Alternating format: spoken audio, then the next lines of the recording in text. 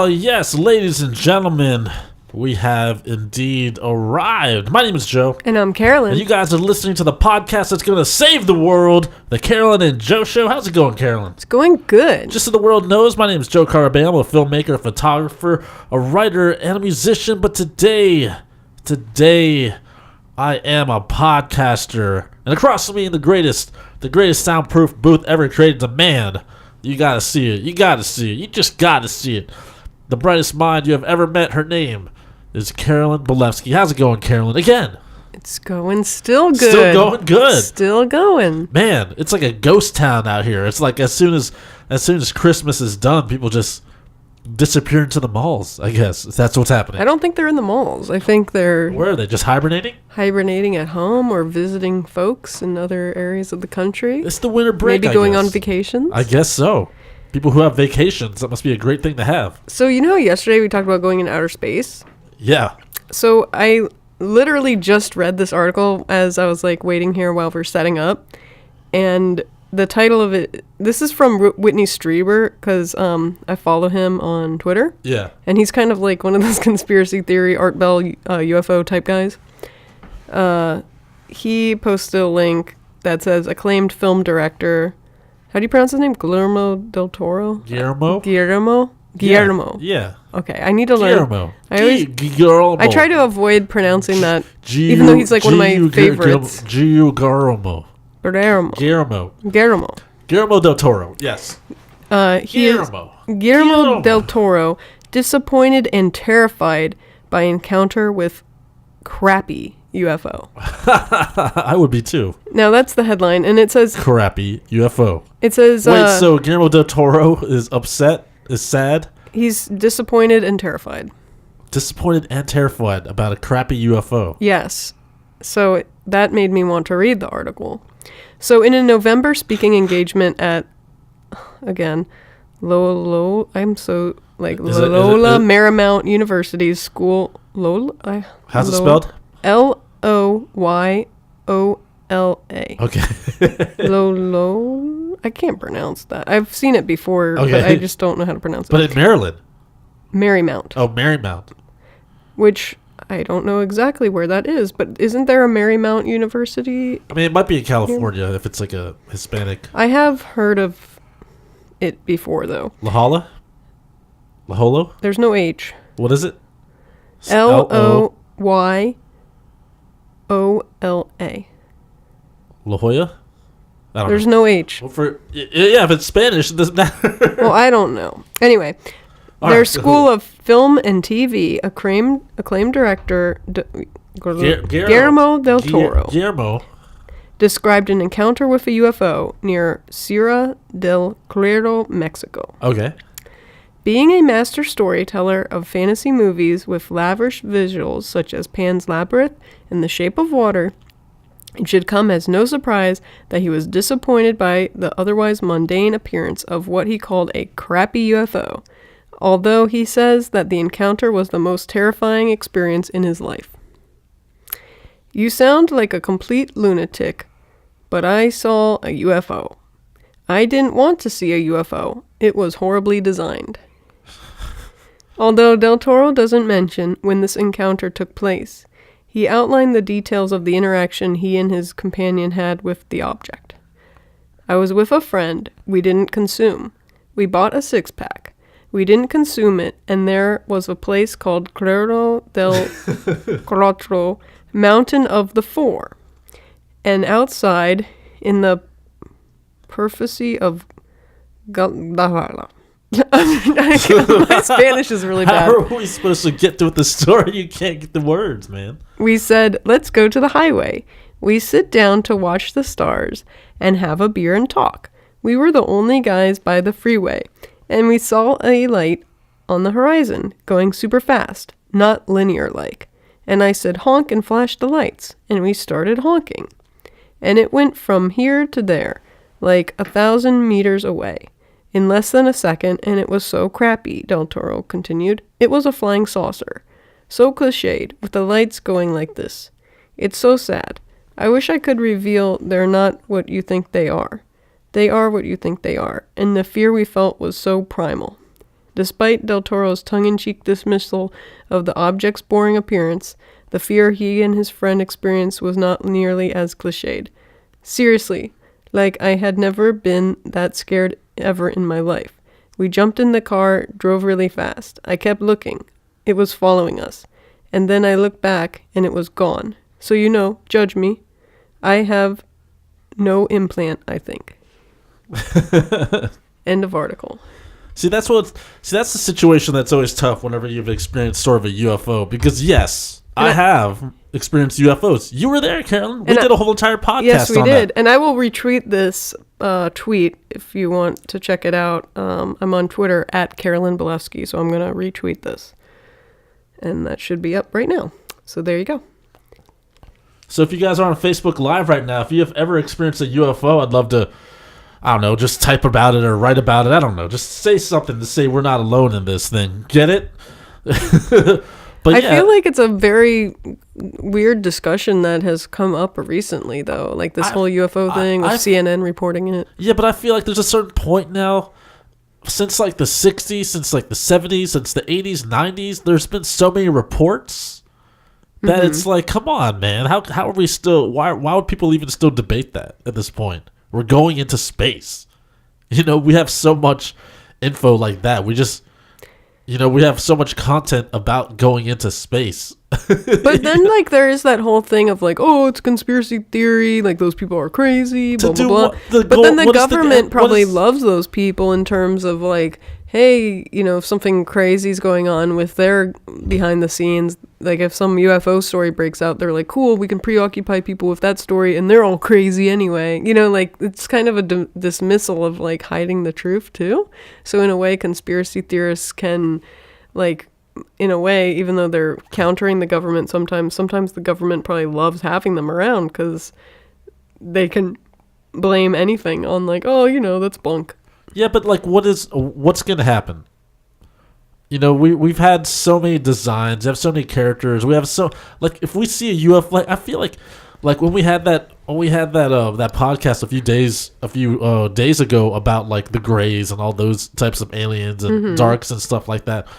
And the Nordics. Like in all those aliens, I feel like we're so far in our science fiction, we're so far in our superhero, we're so far in everything, in our Demi Lovato world, that seeing that is, like, not even, like, impressive anymore. You know what I mean? It's like it feels like, oh yeah, like, it's so like, oh, aliens, until we actually see one for real, like Guillermo del Toro did.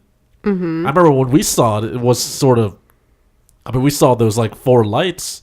We saw orbs. We saw the orbs, it's like, that's pretty, I feel like the reason to be scared about that is the realization, is like, it's almost like you have now, like, what's it called? You have the truth right in front of you. Now, were you scared when we saw the orbs? I would say I was sort of scared, but amazed at the same time. See, I was more amazed and shocked, but I wasn't, like, scared for my life. I mean, just to recap for people who have not heard the episode several years ago that we literally recorded a podcast as soon as we saw these orbs. We turned into a neighborhood in Northern Virginia, and I was on my phone, looking at images of the Taboo Girls photo shoots that I did, and I think I looked up, and there were, like, a straight line of three orbs in the sky. And looking at those, I was like, holy crap, there's 3 perfectly formulated orbs in the sky. And I was like, okay, that's normal. And then all of a sudden they did, like, a hard turn in the sky, and then they started coming closer. And I was like, in my head, I was like, should I drive forward or go away? And I was like, I gotta get my camera out here. And so we had luckily I had my small still camera, and we actually, like, drove closer to the orbs, like, up in the sky, to the point that we were, like, underneath them. And then we took a photo of those orbs. And the part that's really crazy and really lame at the same time is, like, taking a photo of 3 orbs perfectly formulated and moving quick as hell in the sky looks exactly like how that is. You know what I mean? Like, it's one of those things where you take it and, like, I believe you, I was there and I saw it, but if you were to show other people, they'd just be like, oh, that's photoshopped, or, like, those 3, it literally but then looks a 4th one appeared. Yeah, and a 4th one appeared directly above us. Like it was like a distraction. It's like you look at the formation and all of a sudden one appeared like above us, and they're moving. You know, like because planes can only really move linear, so to speak. You know, like a commercial plane can only move like straight forward. These were making action. These orbs or lights in the sky were pretty much like in formation and moving as a unit. So I don't know what to say. I could not identify what it was, but I remember after that we tried to hunt it down. And it disappeared so quickly. Now I remember I also went online and looked to see if anyone else saw those orbs in the sky. There is a site that's like a database. I forget the official title, but it's like a UFO encounters, and people report it, and other people did report it. Yeah, and it was awesome.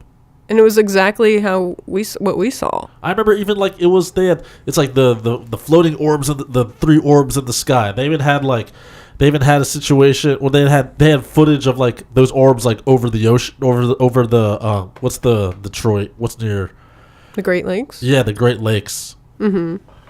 Well, I mean, I really don't know what to believe in terms of like, you know, I was excited to see it, and I told my mom, and she was just like, you're making it up. Bo Marie on Facebook actually says that he saw those orbs as well on the West Coast. He's seen them in Arizona a couple times. Mm-hmm. I have heard there's a lot of UFO action in Arizona. So that's something. Mm-hmm. That's something. And New Mexico, a lot in New Mexico. Yeah. So what were they doing over here? I don't know. Maybe they get around. Maybe they like the Beach Boys. But see, yeah, maybe they do. See, those are the things that I was like growing up, like when I was watching like on Fox, they had a TV show Sightings, and that was a big like alien time for me in high school. Not high school, but whatever elementary school time. You know, fire in the sky. They struck a lot of fear of being like because I guess there were so many alien abductions happening where you just see a flash. And then you don't know what happens, you know. Then people try to gather your thoughts, like later on, you know. So I'd rather not that happen to me. I don't want that to happen to me. That's the scary part. Like you'd always hear stories of like, oh, I was just driving down driving down a side road, and all of a sudden I saw a flash, and then all of a sudden like I lost 20 minutes, or like I woke up somewhere else. I was like, man, screw that. I don't want that to happen. That's so freaky. I don't want that to happen at all, man. I would rather go into space, like how we were talking about yesterday, being launched into space, than be taken by an alien. Like that. Like I'll just wake up. I'll just like suddenly I'm driving my car, and then a big flash, and then I missed that time. I would not want that to happen. Even though the space situation, the same situation in space happening like that is actually probably a lot scarier. It's like you're in your space shuttle, right? And all of a sudden you guys like see a flash, and then you wake up and you're like in another spaceship, or like all of a sudden one of your guys is like one of your comrades is missing. Oh shit, that'd be a crazy movie idea. That'd be one of the craziest. That'd be like the Blair Witch Project, but like in space. Whoa. That would be so scary. The Blair Witch Project type story, but in space. You know what would be crazy? I know this is so minor when it comes to it, but if I ever got abducted, I would be worried that like I didn't shave recently. You know, like why is that? Because like when in the summertime, like I upkeep pretty much because you show your legs a lot, and I do prefer to have smooth legs. But then like sometimes in the wintertime, it's just like too much of a hassle to, I know it's going to sound like nasty to some people or whatever, but it's too much of a hassle to like undress in like a cold bathroom, and then you're like trying to shave, and like you're not even showing your legs around anyway, and it's, you know, you might let it go for a week or two, you know, and like it's not too horrible, honestly. I guess like if people understand, like a lot of women do that, you know, it's not like anything new. But, you know, I guess they go more natural in the winter times. And I would be kind of like ashamed, though, if that happened. And also, if you ever got into an accident, like on Earth, and you needed like ambulance help and stuff, you know, they like cut your clothes open and stuff. And what if they like cut it open and you're just like not really taking care of yourself, like shave wise? It's kind of like embarrassing, I guess. But at that point, they've probably seen it all. So that's the main thing you'd be worried about is like if you get abducted by aliens, they're like, oh man, I I didn't take that personal time to shave. I mean, it might be embarrassing or something. I don't know. I guess at that I don't point, know if the aliens are sort of just like, I guess if they've done all the research throughout the years, then they would pass judgment and be like, well, this specimen doesn't have any self-respect. what do they do with you when they like probe you and stuff? I don't know if they probe you. I've never seen that. That's what I've heard. I would feel like the aliens, well, part of me feels like, what if they are time travelers? You know what I mean? They might be. If they can flash back and forth and like put you in another location. Or maybe they're just dropping you down to like, they're like, oh, we're done with you. We'll just do this. Oh, that's so freaky. It is freaky. That's why in high school or in elementary school, I was afraid of that. I wasn't afraid of seeing the orbs though. I was more like shocked, like, whoa, I actually saw them. And and then I was more amazed in terms of like, I don't know if I'll ever see that again, but that was kind of cool to see. But is this the type of stuff that Guillermo del Toro experienced? Is that the UFOs? I don't. But he was being chased by UFOs. Yeah, right? He said they were being chased. So that's sort of like how it is in what's it called, the Close Encounters style UFO. Oh man! Like the floating orbs like chasing after you. It's kind of crazy how like he thinks that their design is lacking. Because what did he say? It's just a floating. He just said it was like a UFO. Like I guess how you would picture a flying saucer. I guess so. He was like unimpressed by that, but then he was still, I guess, freaked out that they were getting chased. Ugh, man, that's like the stuff of nightmares. What, being chased by a UFO? Yeah, I guess, yeah, it could be. Or would you fight back? How can you fight back? Well, how do they know that we can't fight back? I don't know. Splash some water on that. I don't even know. I'm gonna start carrying water around. Just having a super soaker with you. It's like, I got you. You thought we know, we seen signs. We know you don't like water. It's like Wizard of Oz all over again. No, man, freaking aliens are scary. Aliens are scary. That's another thing. It's like, that's another thing to worry about. It's like already on a day-to-day basis, like I'm not necessarily always looking around to see if somebody's following me all the time, but maybe if it's like dark out and like I'm in a parking lot, you know, I gotta hurry up to my car and I'll like walk faster. Something like that. But like if that's already scary enough, and now to know that the alien might be after you. I mean, gosh. But I feel like there's a certain point at this time in like 2000, at the end of 2017, that we've dubbed down the idea of aliens so much that they're not really even like a threat, unless they're like the aliens from like the Ridley Scott, you know, like a movie like that. You know how we have like raptors, pretty much. All these nations like in turmoil of like China and Russia and United States all like battling it out and such.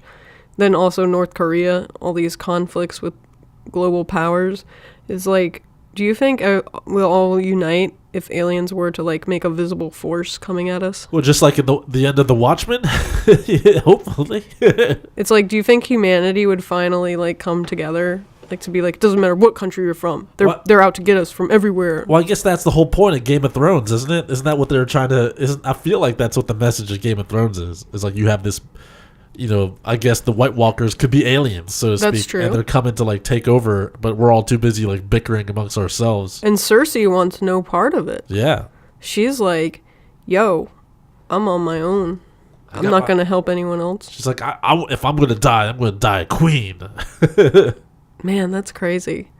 But yeah, she doesn't get like the whole like community building, networking, humanity. Cersei doesn't care about that stuff. Man. Cersei would probably fuck up some aliens by herself. You know, she'd start smashing away at them.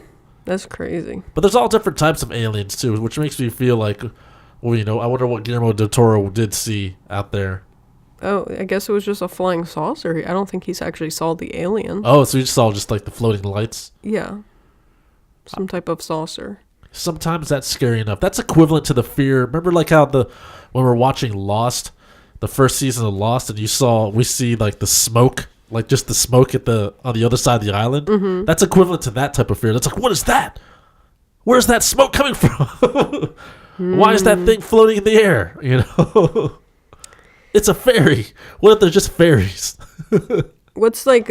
Do you have a story of like what's the most spooked you've ever been? No, I don't have I don't have that. The only thing I can think of probably consisted of aliens back when I was younger. The only thing I can think of in recent memory was I was in DC coming back from a party at a pal's house, and it was kind of, I guess, near the zoo area of DC, and I knew where I parked, so I was walking towards my car. It was dark out, and then like a black guy came running like pretty fast like towards me, and I was just about to like shut my car door, and then I shut my car door, and then he was like coming straight at me, and then he like yelled at me through the glass. Like like as I got in the car, I was like starting it up, and I was like, no, please not now, please not now. Like I thought he was gonna kill me or something. I don't know why. I was just like, or I thought he was gonna like carjack the car or something. I was just like, no, no, no.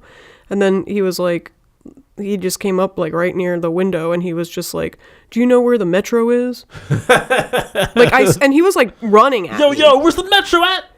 Where's like, the metro at, player? It wasn't like he was like walking like with intent, like walking fast. Was he some sort of hipster black kid too? I really didn't get that great of a look in terms of like to categorize him, but I was just like, I don't know, I'm from Virginia. And then he like went away, and I was just like I was like, gotta get out of here. And I just like went away. I mean, to tell you the truth, it was scary to have him like run up to me like that close to the car though. Well, like I feel like if at nighttime people running at you was a pretty scary situation. You know what I mean? It's like, you don't really know. And he also came from out of nowhere too. It wasn't like I saw him down like 10 cars away. Yeah. It was literally like right when I was opening the door and like getting in the car. And just like snuck up on you. And he came out from like, I don't even know where he came from. Came out from nowhere. And I was like, I thought that he would like pull a gun on me or like I'd be dead. Like for like that did like shoot at me for a second, like in my mind, like a shooting image. Yeah. Like I thought he was gonna like carjack the car and like shoot me or something. Well, let's be happy that that's not what happened. It was just they need to get on the metro. Yeah, but also why would you run at somebody just like that? Like because they gotta go. They need to get to the metro. I don't know, man. Like I can understand like maybe walking fast or like even calling out from like a couple cars away, being like, "Hey, where's the metro?" Yeah. But it was like right at me, like at the door. That's always what the unique situation about when you think about aliens too. It's never something that really happens in the city. You don't really get those type of experiences in the city. I never really hear anyone say like, "Yeah, I was chilling on my rooftop." I mean, maybe in the movie Men in Black. I feel like they don't come to the city because... See, that's what happened. I sorry to do that, but that's what happened. That's what changed my mind about aliens is Men in Black. Mm-hmm. Like, I was afraid of aliens all through elementary school, right? And then the movie Men in Black came out where, like the secret, it's like now it's this, you didn't know was like, everything you thought was not true. Now is true. And then I was like, man, I want to be part of the Men in Black, and they found they work with the aliens. And I was like, oh, that's the life I want because it'd be so cool. I mean, you could get that job. They're in the area. Then I would really have to disappear. Would you? I would. My whole all my records would just be gone. I wouldn't even They'd have to erase you. Yeah, because I'll be a Men in Black. You'd be like Will Smith. That'd be awesome if we could be a part of Men in Black. That was one of the things Michael Jackson wanted to be part of it. Yeah, but he's not going to let him do it. Wasn't he? What did he say? You can call me Agent M. Agent M. No, but like that to me, that's really what destroyed the idea of like the scary alien was Men in Black because I actually thought that when Michael Jackson came on that he was the alien. I know, right? I was like, Laura Flynn Boyle was an alien. She looked like an alien too. She's like really thin. Like I don't know. I don't want to like put out any rumors about her or whatever. No, but it's not a rumor. It's a fact that she was really thin. When I looked at her, I was like, "Whoa, girl!" She was so thin. She was so thin that she had a guest spot on the TV show Las Vegas, and the wind was so powerful in the story that she got blown off of the roof. She was so thin that she got blown off of the roof by the wind. I think her and Callista Flockhart are probably the thinnest. Callista Flockhart is on she's on Supergirl. Tinier. I think she's a little bit tinier, petite. But Laura Flynn Boyle is very tall and thin. Is she tall? I view her as tall. I don't know if she was tall. I don't know. I view her definitely as tall. Like a Nicole Kidman type. So what do you think about that? I go from being scared of aliens to wanting to be part of the Men in Black to fight? Did you think it was because I wanted to fight that fear of being afraid of aliens? Because that movie did change my life. Do you think you actually do have the balls to like do something like being Men in Black? Well, I guess no. Do you think you can handle it? I guess no one's gonna find out. What if I was? It'd be awesome though. I would definitely love to do that. I feel like you couldn't do the podcast anymore. Like they would shut it down, and they would shut down all your social media presence. I mean, you'd have to hide away. I would be gone. I would not exist. That's how it is. You when you're part of the Men in Black, your whole entire history is erased. You know, and you fight the things that people don't know. Is that what you want to do? I mean, I was like when I was growing up, I was like that would be awesome, because like to me, that means all the crazy adventures are real. You know, so I was like, that'd be really badass. But also, it meant you had like a special purpose too. And you can hang out with those little bug guys. Because if you're part of the Men in Black, if you're part of the Men in Black, you are part of the best of the best of the best of, you know, for some reason, you know. Mm-hmm. It's like you're better than just like the big Marine. You're better than that. You have that special something, you know, and you're chosen so you can like fight or protect or be an ambassador of the things that normal people are not, you know, that normies are not ready for, that they just don't accept. And I always thought that concept was awesome. I always thought I was a massive fan of that. Like all the things that normal people thought was like, that were like fake or make believe is actually real. I think that's pretty great. But sometimes normal people can't handle that, but we can. We can do it all. So Joe, I'm a little bit hungry. Is it okay if I eat snack live on the air? All right, this is that time. What do we got? Well, what do we got here? Because I brought treats. I have never had these before. It's called Hershey's Cookie Layer Crunch. And I have 2 flavors, mint and caramel. Okay. Do you say caramel or caramel? It doesn't matter. I have a nose that does not work, so it's caramel. Caramel. Can you taste but not smell? I can taste. Can you smell? I can smell sometimes. So the mint... I started using those bands at nighttime to help me smell, but I don't wear it throughout the whole day. The mint is dark chocolate bar with chocolate cookie bits and mint So are you going to cream. give your cookie review? Is this what this is? Yes. This will be Carolyn's cookie review. And the caramel is milk chocolate bar with shortbread cookie bits and caramel. Is that what we're going to brand this segment? The Carolyn's cookie review? Yes. All right. You should just pitch it. What's the whole idea? Hershey's Cookie Layer Crunch. Okay, I'm going to try it, and then I'm going to give you my reaction. Okay. I'm going to do the mint first, and I'm going to be straight up and tell you guys, before I even try it, that I don't love mint. Ladies and gentlemen, you are here. We are here together as one, because now it's time for Carolyn's cookie review. Here we go. So it comes in like a little Hershey's bar. What's it called? Cookie Layer Crunch. Cookie Layer Crunch. Hershey's Cookie Layer Crunch. And there's you're trying out the mint? Yes, and there's the mint flavor. Okay. And Here we go. Here's some sound effects. I'm trying to describe what it looks like. So it's like 3 little... That's what it is right there, Facebook. It's 3 minis. Hershey's Cookie Layer Crunch. That's what Carolyn's going to try. Can you guys see it here? Yeah. It's like 3 minis that are all in one. Are you blocking my hand? I can't see what the machine looks like. Yeah. It's good, yeah. All right.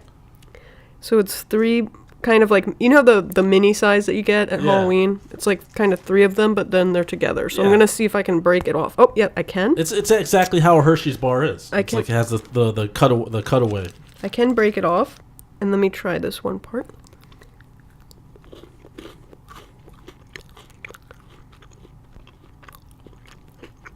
Is it delicious? Is it delicious? It tastes like what does like it a taste? thin mint. A thin mint or a York peppermint patty? Actually, it's kind of like a merger of both. Because a York peppermint patty is so great. I love York peppermint patties. They're so mint, delicious. The mint flavor... They're so delicious, York peppermint patty. I'll say I'm not, like, overall a big fan of mint anyway, but it does taste good. Like, it doesn't taste bad. I'm not like, I hate mint. And now for the last one. What do you give the grade? What's the grade? What's your grade? Let me try the caramel first, Because I think I'm going to like the caramel better just... Is this a thumbs up? Did you give it a thumbs up? I do give it a thumbs up instead Thumbs of a up. thumbs down. Thumbs up So for the Cookie Layer Crunch Mint. Here, everybody, this is the...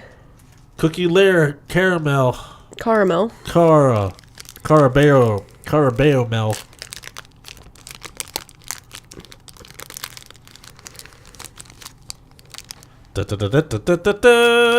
All right. Okay, already when I break it off... Delete cookie! Already when I break it off, the caramel bit stretches. Ah, yes. The trademark of Great Caramel Crunch. The pre-caramel, they call that. Pre-mel. Is it delicious? It is delicious. Oh, it's delicious, ladies and gentlemen. But you know what is crazy? What's crazy? I think I actually might like the mint better than the caramel. It is two delicious choices, I tell you what. Which is nuts to me because... Did you give it a thumbs up? I give it 2 thumbs up. 2 thumbs up. There we go. All right. Ladies and gentlemen, we are there. We are almost to the end of Podcember. 31 days of podcasting brought to you by the Carolyn and Joe Show. That was episode 28. Podcember number 28. Holy smokes. I never thought we'd make it this far. But we're doing it. Doing it and doing it well. So how many days do we have left? Only 3? Yeah, I think only 3. I guess only 3. We need to do some end of the year stuff. All right, we'll do that next time. And predictions. Yes, that's what we're going to do. Send your predictions. Send your questions. Facebook. Send us categories for what you guys want us to rank, like best of. Yes, give us your best. Best food, best movie, best whatever. And we'll make that happen. We'll make that happen. We'll make our choices, and we'll make you part of the show as well. That's right. And, well, I think our very last show should be predictions for 2018. Okay. So if you guys have any type of predictions, let us know, and we'll chat about it. Absolutely. And don't forget, this show is brought to you by Astray Productions. Check them out at astrayproductions.com. Check out my work, Joe Carabeo, joecarabeo.com, goastray.tumblr.com. I'm also on social media, AstrayJ, and at joecarabeo_photography. What do you got, Carolyn?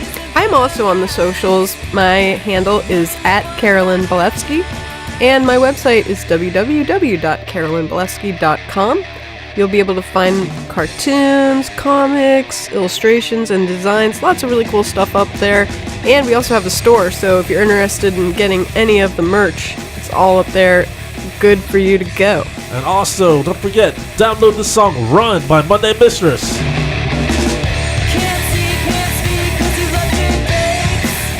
MondayMistress.com, iTunes, iTunes, CD Baby, Amazon, where you buy music, you can find that song and you can download it. Actually, download the whole entire album. And also, CarolynJoeShows.com, where you can find all the past episodes that we've been doing. iTunes, Stitcher Radio, if you got Podcaster, whatever you want to do. Whatever you want to do, ladies and gentlemen. Podcember is almost coming to a close. Send us your questions, comments, categories. Let us talk about 2017 for the last time. Again, my name is Joe. And I'm Carolyn. Be excellent to each other. You're bona fide. See you tomorrow.